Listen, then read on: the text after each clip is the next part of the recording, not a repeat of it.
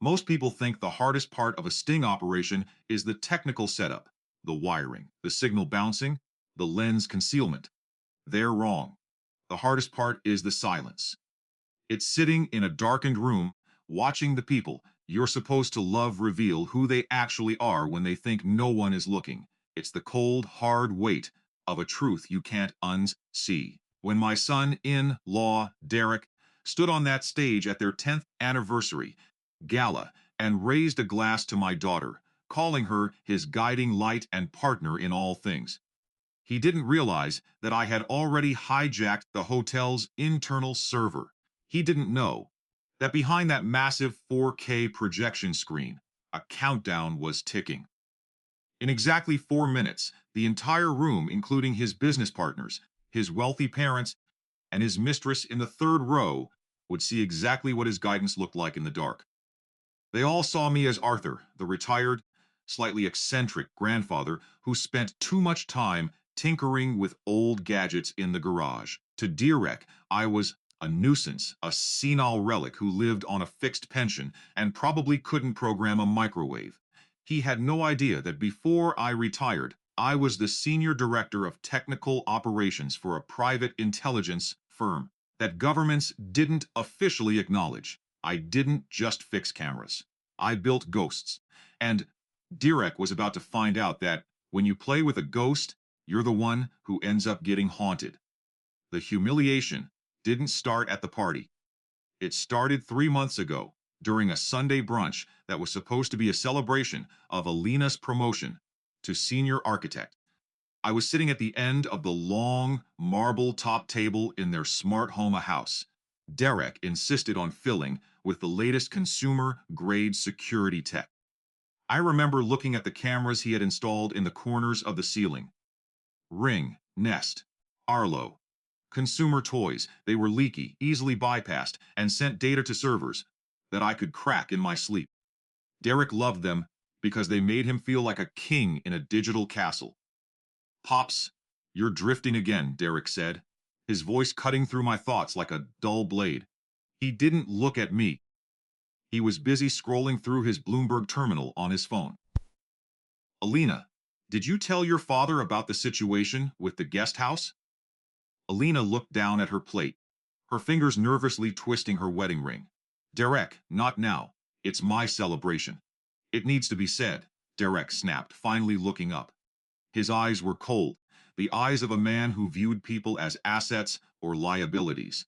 "Arthur, I've been looking at the property taxes and the upkeep. Having you stay in the guest house for free. It's not just a drain on our finances, it's a liability for the firm I'm trying to take public. Investors look at everything. They see an unemployed retiree living on the premises, and it looks messy. It looks like we're running a charity." I took a slow sip of my coffee. I could have told him that I had paid off their mortgage 3 years ago through an anonymous offshore trust just to ensure my daughter's stability. I could have told him that the pension he mocked was actually the interest from a diversified portfolio that would make his firm look like a lemonade stand. But in my line of work, you never reveal your hand until the stakes are at their absolute highest. "I see," I said quietly. "You're worried about the optics, Derek." "I'm worried about reality, Arthur," he chuckled. A sound devoid of any humor. "Look at you. You're wearing a 15-year-old watch, and you still use a flip phone. You're a relic of a world that doesn't exist anymore. I'm doing high-stakes real estate development. I'm moving millions. You're just occupying space. I've already contacted an assisted living facility in the valley. It's top tier. They have hobby rooms where you can play with your little whirs and circuit boards all day." Elena's voice trembled. "Derek, he's my father. He's not going anywhere. He is if your accounting error doesn't get cleared up, Elena," Derek said, his tone turning dangerously smooth. That was the first spark, the first hint of the trap he was laying. Elena had been accused of mismanaging nearly $200,000 of client funds at her firm. She was devastated, confused, and certain she had made a clerical mistake. But I knew my daughter. She was meticulous. She didn't make mistakes. She made masterpieces. I watched Derek reach over and pat her hand, a gesture that was meant to be comforting but looked more like a predator pinning down its prey. Don't worry, honey. I'm working with my legal team to see if we can mitigate the damage. But we need to cut costs everywhere, starting with the guest house. I saw the flicker in his eyes, a momentary lapse in his mask. It wasn't greed, it was malice. He wasn't just trying to steal her career, he was trying to isolate her, strip away her support system and frame her so he could exit the marriage with a morality clause. Payout from her family's inheritance. Trust that night, I didn't go to sleep. I went to my hobby room in the guest house. I opened a floorboard beneath my workbench and pulled out a Pelican case that had seen the light of day in 5 years. Inside wasn't a flip phone or a broken clock. It was a Vector S-High, gain signal interceptor, and a suite of nanoscale optic sensors, equipment that cost more than Derek's Porsche, and was legally restricted to Tier 1 government contractors. I spent the next 6 hours updating the security in the main house. I didn't need to break in. I had built the original analog backbone of that house's wiring myself. I bypassed his smart cameras and installed my own sub-millimeter fiber optic lenses hidden inside the smoke detectors, the AC vents, and the frame of the master bedroom's vanity mirror. These weren't connected to the Wi-Fi. They ran on a closed circuit, low frequency ARF burst that bypassed his router entirely. By 4 a.m., I was back in my chair, staring at 6 high-definition feeds. Let's see what you're really developing. Derek, I whispered. The discovery was faster than I expected. Most villains are arrogant. They think because they've outsmarted a clumsy old man, they've outsmarted the world. 3 days later, the work trip happened. Derek told Elena he was flying to Chicago for a closing. In reality, he never left the county. My GPS tracker, a device the size of a grain of rice, slipped into the lining of his expensive leather briefcase, showed him at a luxury high-rise downtown, an apartment registered to a shell company. I tuned into the audio feed. Is the paper trail clean? A woman's voice. I recognized it was Elena's best friend and the junior accountant at her firm. Its flawless Derek's voice came through, clear as a bell, accompanied by the sound of a popping cork. I used her credentials to authorize the transfers. By the time the audit hits next month, the money will be sitting in a Cayman account in her name. I'll play the heartbroken husband who discovered his wife was a thief. The divorce will be fast. The infidelity clause in the prenup will be triggered by those fake photos you took, and I'll walk away with the house and the trust fund. And the old man? Sarah asked. The old man is a non-issue, Derek laughed. I've already got the papers signed for the home. Once Elena is in legal hot water, she won't have the standing to stop me. Hell be rotting in a room with a view of a parking lot by Christmas. I sat in the dark, the blue light of the monitors, reflecting off my glasses. My heart wasn't racing. My hands weren't shaking. In the field, we call this the cold zone. It's the moment when you stop being a person and start being a system. Derek thought he was playing a game of checkers. He didn't realize I had been playing 3D chess against grandmasters. While he was still learning how to tie his shoes. He wanted a relic? Fine. I would give him a masterclass in ancient history. I didn't call the police. The police are bound by warrants, procedure, and reasonable doubt. I didn't need a warrant. I was a secret expert in the art of the total ruin. I began the digital extraction, using a backdoor exploit in the accounting software Sarah used. I didn't just find the stolen money. I rerouted the return signal. I didn't bring the money back to Elena yet. Instead, I moved it. I moved it into an account that looked like Elena's, but was actually a honeypot linked to Derek's personal business ID. Then I went after his big project.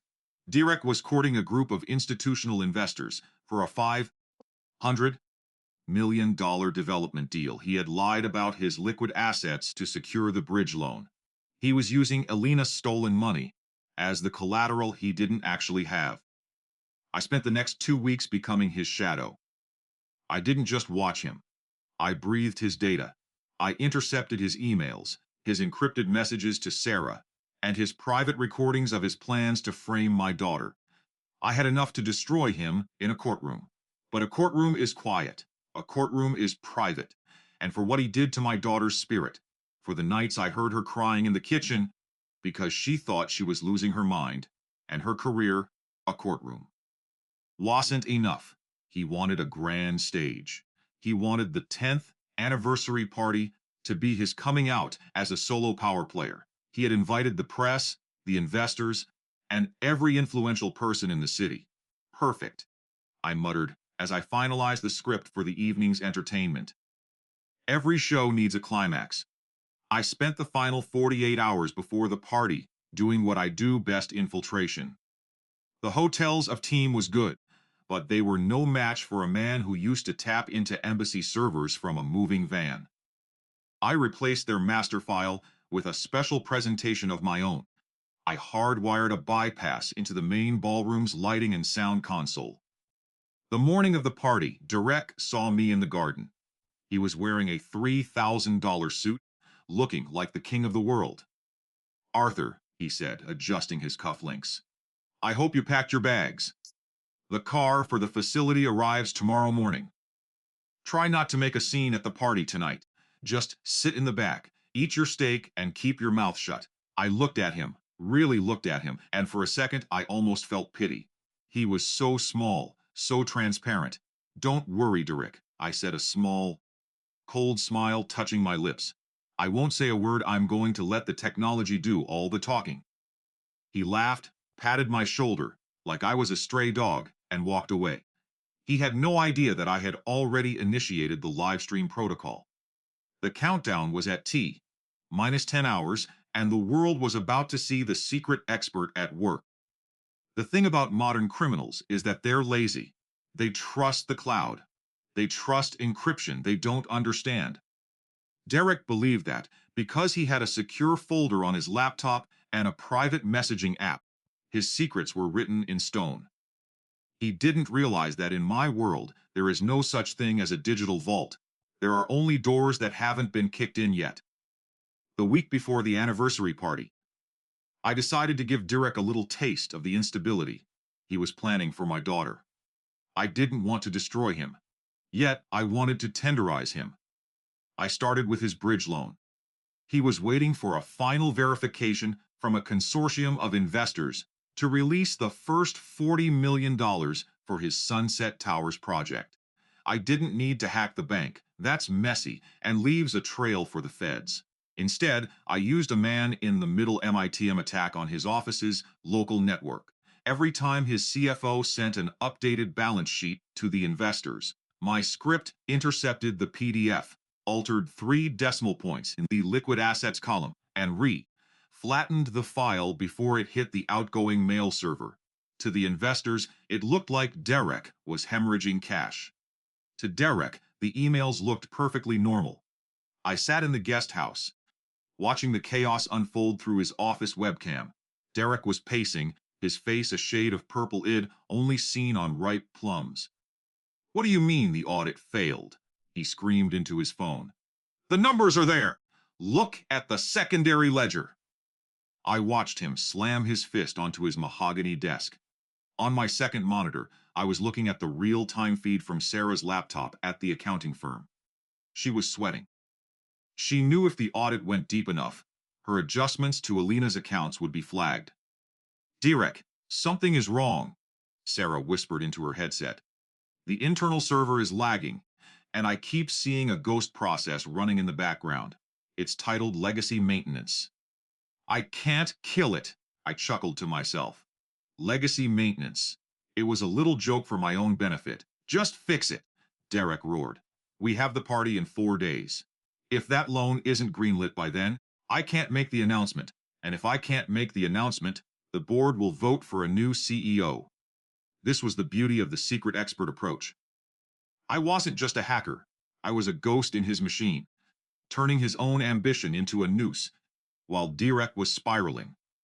I spent my afternoons with Elena. It was the hardest part of the job, watching her fall apart, while I held the cure in my pocket. She sat on the porch of the guest house, her head in her hands.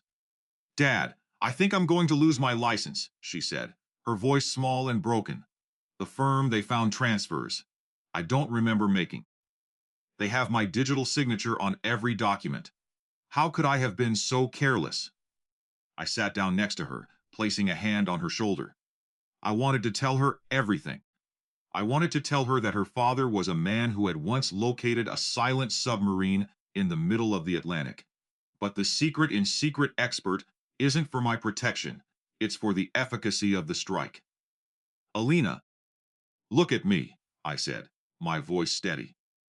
"Sometimes the world looks like it's closing in because someone is holding the curtains shut. You didn't make a mistake. You're an architect. You build things to last.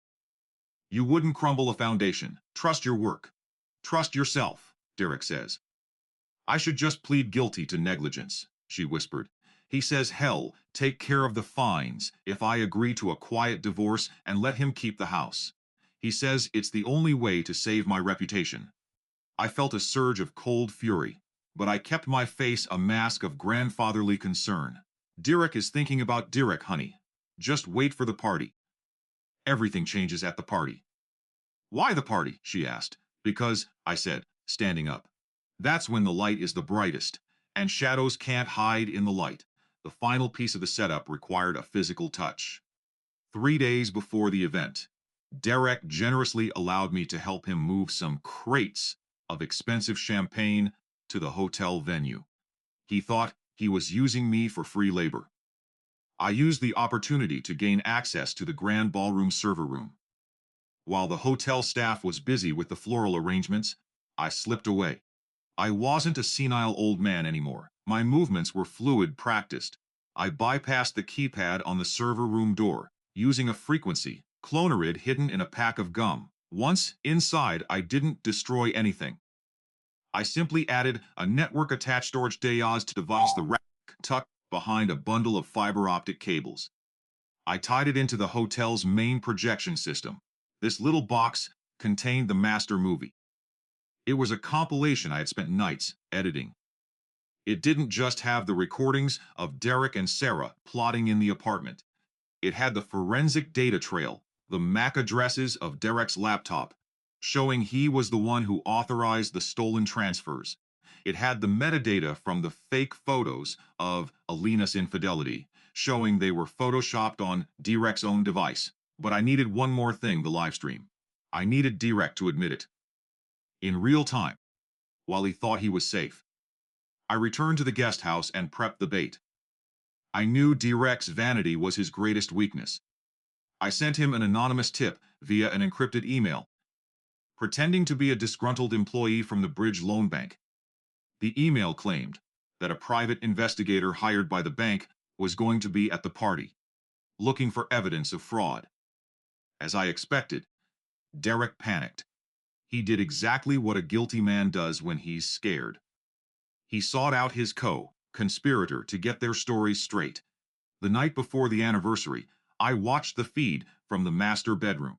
Derek was pacing again. He had Sarah on a burner phone. "Listen to me," Derek hissed. "The old man is definitely going to the home on Monday. Once he's out, I'm going to discover the rest of the missing money in his guest house. Well, frame the senile fool. Well, say Elena was funneling it to him. It's perfect. Who's going to believe a man who doesn't even know what year it is?" "And the bank?" Sarah asked. "The bank will see what I want them to see," Derek snapped. "Tomorrow night at the 10-year toast, I'm going to announce a charitable foundation in Elena's name. It'll make me look like a saint and her look like a project. While the room is clapping, I'll have the papers served. Now come over. I need to relax." I watched as Sarah entered the house through the back door. I watched as they laughed about the old man and the architect. I didn't feel anger. I felt the click of a gear. The total capture was complete. I had the audio, I had the video, I had the bank records. And now, I had the location of the planted money Derek had hidden in my guest house. I'd watched him hide a suitcase of cash under my floorboards. An hour after Sarah left, he thought he was planting evidence. He didn't realize he was just giving me back the money he'd stolen from my daughter with interest. I spent the rest of the night calibrating the streaming uplink. In the intelligence world, we have a saying: if you want to kill a snake, don't chop off the head, burn the whole field. Derek wasn't just going to lose his wife. He was going to lose his reputation, his freedom, his big project, and every cent he had ever tried to steal. I looked at the clock, 6 a.m. I walked over to my mirror. I shaved. I put on my best suit, the one I'd had tailored in London 20 years ago, which still fit perfectly. I polished my relic watch. I looked like a harmless grandfather, but behind my eyes, the secret expert was ready for the final act. "Time for the show, Derek," I whispered to the empty room. "Hope, you're ready for your close up." The Hilton Grand Ballroom was a sea of black ties, silk gowns, and the expensive scent of old money and new ambition. Derek was in his element. He moved through the crowd like a shark in a fish tank, flashing a smile that didn't reach his eyes, shaking hands with the very investors I had already sabotaged. Elena stood by his side, looking like a ghost in a Vera Wang dress. She was pale, her eyes darting toward the door as if expecting the police to walk in at any moment. Derek kept his arm wrapped tightly around her waist, not out of affection, but to ensure she didn't bolt. "Arthur!" "Glad you could make it," Derek called out as I approached. He didn't even stop his conversation with a tech mogul. He just waved a hand dismissively. "Find a seat near the back, okay?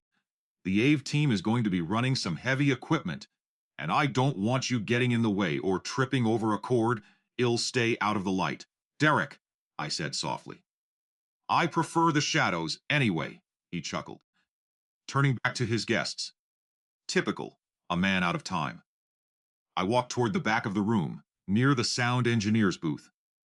The young man sitting there was wearing headphones, tapping away at a MacBook. He looked stressed. He should have been. Every time he tried to access the Grand Ballroom's primary gateway, my script bounced him back to a login screen he didn't recognize. I sat down at a small table in the corner, pulled out my old flip phone, and pressed a single sequence, 0011. It wasn't a phone call. It was a master override trigger. At exactly 9 p.m., Derek took the stage. The lights dimmed, and a spotlight found him.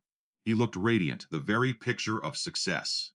"Ladies and gentlemen," Derek began, his voice booming through the high-end line array speakers. "I had recalibrated. An hour earlier, 10 years ago, I married the most incredible woman I've ever known. Tonight isn't just about celebrating our past, it's about the future. The future of our family, and the future of my firm's newest venture, the Sunset Towers." A few people clapped. He signaled to the AV booth. "I've prepared a short film, a tribute to my wife, and a glimpse into what we're building together." The massive 4K screen behind him flickered to life, but it didn't show the high-definition architectural renders of his building. It didn't show the curated photos of him and Elena on vacation. Instead, the screen was black. Then, a line of white text appeared: "Source encrypted local server. Directory, Derek Docs recovery." The room went silent. Derek froze, his smile faltering. He looked toward the A booth, frantically gesturing. The engineer was slamming keys, but his console was locked. I had initiated a full system lockdown with a 256-bit SAYS encryption loop. Nobody was stopping this show. Then the audio kicked in. It wasn't music. It was the sound of Derek's own voice, captured by the nanoscale sensors in his master bedroom 3 nights ago. "The old man is a non-issue. I've already got the papers signed for the home. Once Elena is in legal hot water, she won't have the standing to stop me." The gasp that went through the room was audible. Elena's eyes went wide. She looked at the screen, then at Derek, who had turned a sickly shade of gray. "What is this? This is a prank! Shut it off!" Derek screamed at the booth. The screen changed. Now, it showed a split-screen view. On the left, the bank ledger Sarah had altered. On the right, a real-time forensic trace showing the IP address of the person who had actually authorized the transfers. IP address 192, 168, 1, 14, device Derek, laptop, Pro. A red box around the text forgery detected. Digital signature spoofed. It's a lie, Derek yelled, his voice cracking. I'm being hacked. This is an attack on my firm. It's not an attack. Derek, I said, my voice quiet but carrying perfectly through the speakers. I didn't need to shout. I had hijacked the PA gain control. I was the only one who could be heard clearly. I stood up and walked slowly toward the stage. The crowd parted for me like the Red Sea. I wasn't the senile relic anymore. I was the man in the London, tailored suit, with a gaze that had made foreign intelligence officers. Crumble, it's a technical audit, I said, reaching the foot of the stage. Something you should have performed before you tried to frame an architect and a professional with 40 years of experience in legacy systems. The screen shifted one last time. It was the video of Derek in the apartment with Sarah, popping the champagne, laughing about the old man and the accounting error. To Elena, Derek's video, self-toasted on the screen. The best fall guy a husband could ask for. The silence in the ballroom was absolute. You could hear the hum of the air conditioning. Sarah, who was sitting at a table near the front, tried to stand up and run, but two men in suits, men I had contacted from my old firm, stepped in front of the exit. Arthur, what are you doing? Elena whispered, tears streaming down her face. I'm doing my job, honey, I said, looking at her with a softness I didn't show Derek. I'm clearing the foundation. I turned my attention back to Derek. He was shaking, his hands gripping the podium so hard. His knuckles were white. You think you're so smart? Derek hissed, leaning down, his voice barely a whisper away from the mic. You think this changes anything? I still have the bridge loan. I still have the assets. I'll sue you into the dirt for this. I'll have you in a cell by morning. Actually, Derek, I said, pulling a folded document from my pocket about that bridge loan. I'm the senior advisor for the trust that acts as the primary creditor for your investors. When the audit errors were flagged this morning, thanks to a few ghost processes, I ran. They didn't just stall the loan. They triggered a material breach of contract. I stepped up onto the stage, encroaching on his space. He backed away. The Sunset Towers project is dead, I continued, my voice cold and clinical. The bank has already initiated a tax recovery suit against your personal holdings. And as for the police, they're currently at the guest house. They're not there for me. They're there to recover the suitcase of cash you planted under my floorboards, the one with your fingerprints all over the handle and the serial numbers that match the stolen client funds. Derek looked like he was going to vomit. He looked around the room, searching for a single ally, but he found none. His investors were already on their phones, calling their lawyers. His parents were staring at the floor in shame. You're a nobody, Derek stammered. You're an old man with a flip phone. I'm the man who taught the world how to listen, I said. And tonight, everyone heard you loud and clear. The secret expert doesn't celebrate with a victory lap. We celebrate with a clean exit.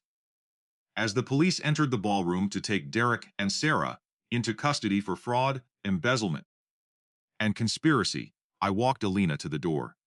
She was still in shock, but the weight that had been crushing her for months had visibly lifted. How did you do it, Dad? She asked, as we stood on the sidewalk, the blue and red lights of the police cars reflecting in the windows of the Hilton. All of it. The cameras, the bank records, you were just in the garage.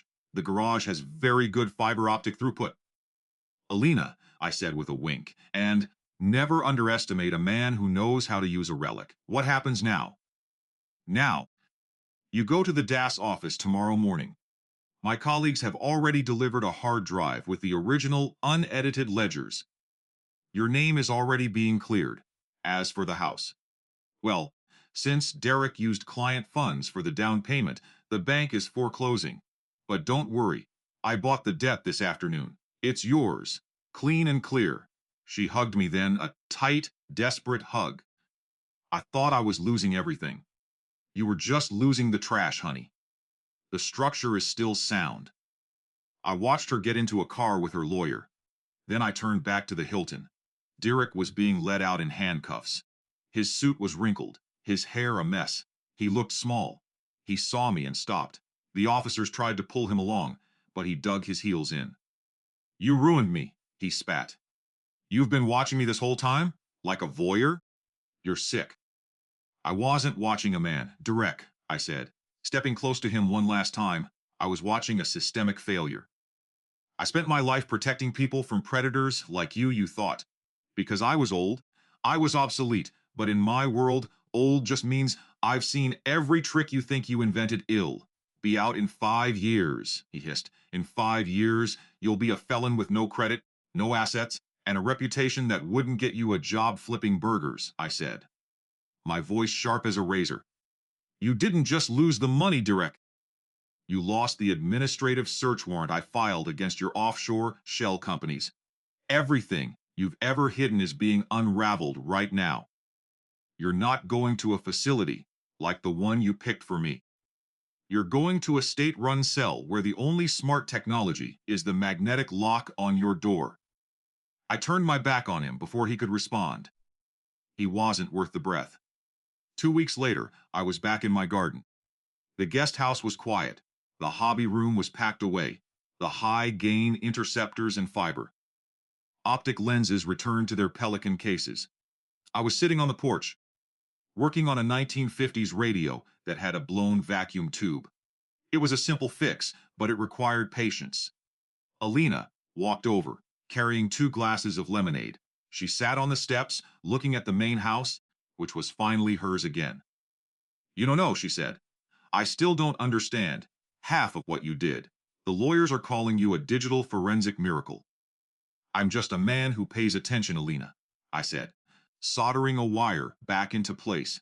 People spend so much time looking at the screen that they forget to look at the person holding the camera. Power isn't about how much you can shout or how much you can steal. It's about knowing where the off switch is. I looked up at the main house, at the expensive smart cameras Derek had installed. They were still there, but they were dark. I'd replaced them with a system of my own design. Something simple, robust, and completely invisible to anyone who didn't know what to look for. "Is it over?" she asked. "It's over," I said. "Derek's trial is a formality. Sarah is cooperating to save herself. And you have a firm to rebuild." She smiled, a real smile this time. "I think it'll start by building you a better garage." "Don't bother," I chuckled, looking down at my old flip phone on the table. "I like it just the way it is. It keeps people from suspecting I'm anything other than a relic." I leaned back in my chair, the sun setting over the trees. Most people go through life thinking they are the protagonists of a grand drama, that their power is absolute. They forget that the world is built on layers, and sometimes the most dangerous person in the room is the one who's been there the longest. Sitting quietly in the corner, the lights flicker. I took a sip of my lemonade. The radio hummed to life, playing a clear, crisp signal from a station 50 miles away. The secret expert was back in retirement. But as Derek found out, retirement doesn't mean you're finished. It just means you're waiting for the right moment to turn the lights out. "Filial piety," I whispered to the breeze. "It's a shame. They don't teach that in business school. It would have saved him a lot of trouble." I closed my eyes, listening to the silence. It was the most beautiful sound in the world.